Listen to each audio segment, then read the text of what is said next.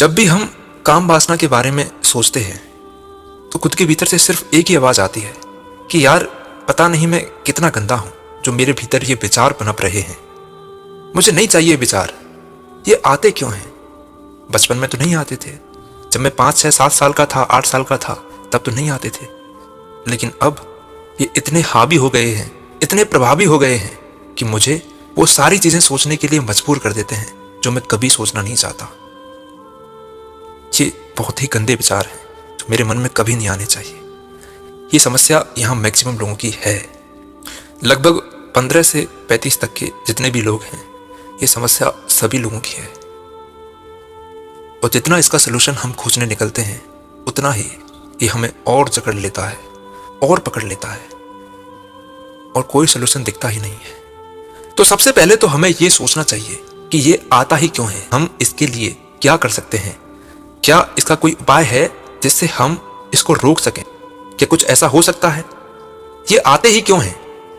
देखो, सबसे पहले तो तुम्हें यह समझना जरूरी है कि ईश्वर ने हमें जो भी दिया है, ईश्वर माने प्रकृति, जो नास्तिक है उनके लिए प्रकृति और जो आस्तिक हैं उनके लिए ईश्वर। तो प्रकृति या ईश्वर ने हमें जो भी दिया है वो निरर्थक नहीं हो सकता, उसका शरीर में कुछ ना कुछ यूज जरूर है, वरना वो देती नहीं।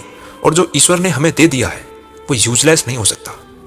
अब बहुत सारे लोग कह देते हैं कि यूजलेस तो नहीं है, लेकिन इसका दुरुपयोग अगर आप करते हैं तो फिर ये यूजलेस बन जाता है। मुझे बताओ कि जब हमें टॉयलेट आता है तो हम क्या करते हैं?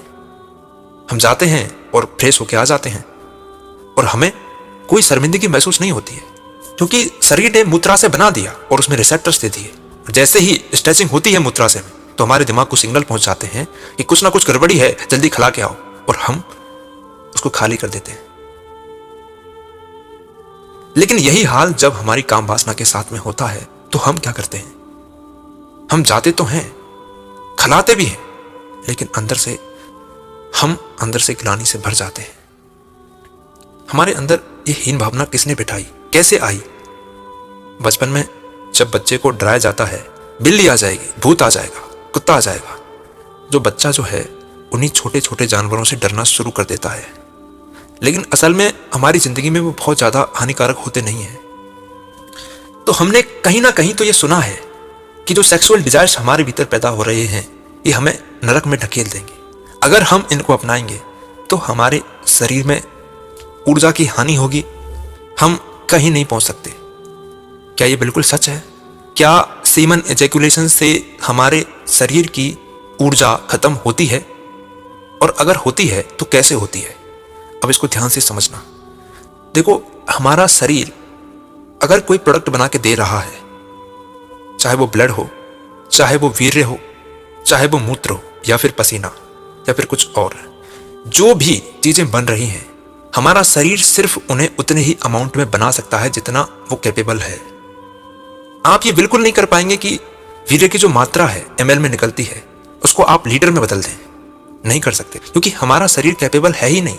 हमारा शरीर सिर्फ उतना ही बना पाएगा जितना हमारी कैपेसिटी है, और जो बना दिया है वो याद रखना कि वो शरीर में लगने के लिए नहीं है, जिसका जहां पे यूज होता है। जैसे कि शरीर से जब पसीना निकलता है तो वो शरीर को ठंडा करने के लिए निकलता है। खून अगर निकल रहा है, खून अगर बह रहा है तो हमारी सारी सेल्स को एटीपी पहुंचाने के लिए, ऊर्जा पहुंचाने के लिए जरूरी है, हमें जिंदा रखने के लिए जरूरी है। मूत्र अगर निकल रहा है तो हमारे शरीर से कुछ अपशिष्ट पदार्थ बाहर निकल रहे हैं, और अगर वीर्य भी निकल रहा है तो इसका मतलब वो निकलने के लिए ही बना है, आप उसको रोक नहीं सकते। लेकिन इसके लिए कोई स्ट्रेच रिसेप्टर्स दिए नहीं है, जैसे कि मूत्र के लिए दिए होते हैं मूत्राशय में। ये इकट्ठा होता है एपिडिडाइमिस में, एक ट्यूब है जिसका नाम है एपिडिडाइमिस, उसमें इकट्ठा होता है। लेकिन बाहर निकालने के लिए कोई स्ट्रेच रिसेप्टर्स है नहीं। ये सिर्फ तभी निकलता है जब शरीर में उत्तेजना पैदा होती है, और उत्तेजना भरी जाती है, उत्तेजना पैदा होती है।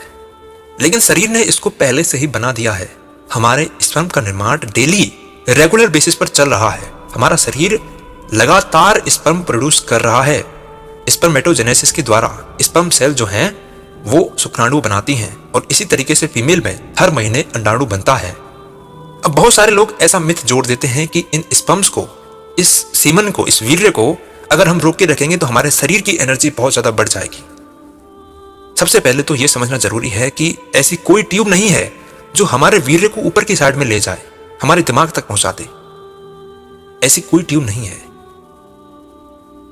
सीमन बनता है टेस्टिस में, वृषणों में, उसके बाद में वो एपिडिडाइमिस में जाता है, एपिडिडाइमिस से वो पेनिस में जाता है, इरेक्शन के टाइम पर, एजैकुलेशन के टाइम पर बाहर निकल जाता है। और याद रखना कि ये जो ट्यूब है एपिडिडाइमिस की, ये बिल्कुल ऐसा नहीं है कि यहां पर सीमन इकट्ठा होता रहे। यहां पर सीमन सिर्फ मैच्योर होता है, परिपक्व होता है। मैच्योर होने के बाद उसको निकलना होता है, क्योंकि रेगुलर बेसिस पर सीमन बन रहा है, तो चाहे वो मूत्र के द्वारा निकले या फिर नाइटफॉल के द्वारा, उसको निकलना होता है। ये एक वैज्ञानिक तथ्य है। लेकिन अगर हम इसे प्रकृति से जोड़ें तो प्रकृति भी यही चाहती है कि ज्यादा से ज्यादा बच्चे पैदा हो सकें, क्योंकि प्रकृति हमेशा प्रभावी जीवों की संख्या को और बढ़ाना चाहती है। यही नियम है प्रकृति का। और इंसान दुनिया में सबसे प्रभावी जीव है, तो वो चाहती है कि ज्यादा से ज्यादा पैदा हो। आप कुत्ते को देखिए, आप बिल्ली को देखिए या और जानवरों को देखिए, उनका एक फिक्स्ड ब्रीडिंग सीजन है। वो फिक्स 3-4 महीने में ही जनन करते हैं और 1 या 2 बार मैटिंग करते हैं। गर्भधारण के बाद वो मैटिंग नहीं करते।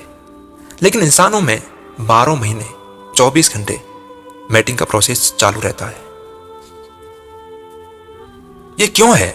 क्योंकि प्रकृति चाह रही है कि आप और ज्यादा फैलो फलो। लेकिन याद रखना, इसका मतलब ये बिल्कुल नहीं है कि हमें प्रकृति के विरुद्ध नहीं जाना है। हमें जाना पड़ेगा प्रकृति के विरुद्ध, क्योंकि हमारी संख्या पहले से ही पर्याप्त हो चुकी है, क्योंकि इंसान पहले से ही बहुत ज्यादा हो चुके हैं पृथ्वी पे। अब प्रकृति भले ही और डिमांड करे, लेकिन हमें इसको रोकना होगा। और जनसंख्या को रोकने के लिए भी बाजार में आज पर्याप्त युक्तियां उपलब्ध हैं। लेकिन सवाल यह नहीं है कि बच्चे कैसे रोकने हैं, सवाल यह है कि काम वासना पर नियंत्रण कैसे पाया जाए। तो जैसा कि मैंने पहले बताया था कि काम वासना का पनपना या अपने शरीर के भीतर होना कोई खराब चीज नहीं है, बल्कि ये आपको संकेत कर रही है कि आप स्वस्थ हैं। अब जिसके अंदर सेक्सुअल डिजायर्स नहीं उठ रहे हैं, क्या वो एक स्वस्थ इंसान है? नहीं है, नहीं हो सकता है। एक स्वस्थ इंसान के अंदर ये सारी चीजें पनपती हैं। तो सबसे पहले तो अपने मन से ये भ्रम निकाल दो कि अगर ये हमारे भीतर पनप रहे हैं तो हम बहुत गिरे हुए इंसान हैं, हम एक गिरे हुए इंसान हैं। नहीं, आप स्वस्थ हैं और सही हैं। पर फिर से सवाल वही खड़ा होता है कि कितना अपनाएं और क्यों अपनाएं। तो देखिए, जो काम वासना प्रकृति ने दी है वो बच्चे पैदा करने के लिए दी है। अदरवाइज अगर वीर्य को निकालने के लिए दी होती तो हमारे शरीर में, तो हमारा शरीर हमें स्ट्रेस रिसेप्टर्स बना के देता, पहले से ही देता कि ये लो, कि इतना बढ़ जाएगा टैंक, उसके बाद में निकाल देना। निकालना पड़ेगा, जैसे मूत्र निकालना पड़ता है। लेकिन वीर्य जिस ट्यूब में इकट्ठा होता है वहां कोई स्ट्रेस रिसेप्टर नहीं है। इसका मतलब यह है कि प्रकृति ने यह व्यवस्था बनाई है कि तुम इसको संचय करके रख सकते हो। लेकिन किसके लिए? बच्चे पैदा करने के लिए। तो क्या वीर्य को बार बार बहाना सही है? तो जवाब यही है कि नहीं। क्या इससे हानि होगी? तो इसका भी जवाब है नहीं, क्योंकि हमारा शरीर उतना ही बना पाएगा जितना कैपेबल है, उससे ज्यादा नहीं बना सकता, और वो पहले से ही बना देता है। जब आप एजैकुलेशन करते हो तो सिर्फ उतना ही निकलता है जितना आपके भीतर है, उससे ज्यादा नहीं निकल सकता। वो शरीर ने पहले से ही बना के दे दिया है। एनर्जी तो इसमें है, क्योंकि अगर एनर्जी नहीं होती, ये भी बेस्ट प्रोडक्ट होता, तो शरीर के अंदर ऐसी व्यवस्था हो जाती कि इसको भी मूत्र की तरह निकाल दिया जाता। बेस्ट प्रोडक्ट नहीं है, ये एक नए जीव को जन्म देने की क्षमता रखता है, तो एनर्जी है इसके भीतर।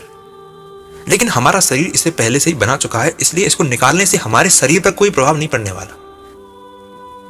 लेकिन जिन विचारों से इसको निकाला जाता है वो हमें ग्लानि का भाव देते हैं। मन पर ये बहुत बुरा इफेक्ट डालता है, हमारे मन को ये ग्लानि से भर देता है। और ये जो भाव है ग्लानि का, ये हमारे कॉन्फिडेंस को तोड़ के रख देता है, हमें बिल्कुल नीचा दिखा देता है। तो मैं कहूं कि इनडायरेक्टली अगर ये शरीर को इफेक्ट करता है तो डेफिनेटली करता है, क्योंकि मैक्सिमम लोग ये समझ ही नहीं पाते कि प्रोसेस चल कैसे रहा है। देखो, इंसान का बेसिक नेचर होता है क्रिएशन। वो कुछ बनाना चाहता है, कुछ नया करना चाहता है। किसी भी जीव के भीतर चेतना नहीं है, सिर्फ इंसान को छोड़ करके, और काम वासना भी इतनी नहीं है जितनी इंसानों में है। तो इन दोनों का एक गहरा संबंध है, एक तालमेल है। जो इंसान जितना ज्यादा क्रिएटिव होगा उसकी काम वासना उतनी कम हो जाएगी, उसकी सेक्सुअल डिजायर्स उतनी ही कम हो जाएंगी। वो बड़ी आसानी से अपनी सेक्सुअल डिजायर्स पर नियंत्रण पा लेगा। लेकिन जो इंसान जितना ठाली होगा, उसकी सेक्सुअल डिजायर्स उतनी ही पनप जाएंगी। क्योंकि जब इंसान कुछ भी क्रिएटिव नहीं करता है तो वो अपनी एनर्जी को कहीं ना कहीं तो निकालना चाहेगा, और अपनी एनर्जी को निकालने का इससे बेस्ट सोल्यूशन नहीं है कि वो सेक्सुअल डिजायर्स का सहारा ले ले, सेक्स का सहारा ले ले। तो ओवरऑल जो बातें निकल के आती हैं वो ये हैं कि काम वासना या सेक्सुअल डिजायर्स गलत नहीं है, इनको निकालने से हमारे शरीर पे कोई हानिकारक प्रभाव नहीं होता है, लेकिन ये मन को ग्लानि से भर देता है, एक नकारात्मक भाव देता है जो हमारे आत्मविश्वास को नुकसान पहुंचा सकता है। तो इंसान अगर क्रिएटिव नहीं है या फिर बिजी नहीं है तो उसको ज्यादा से ज्यादा सेक्स की जरूरत पड़ेगी, क्योंकि इंसान का बेसिक नेचर है क्रिएशन।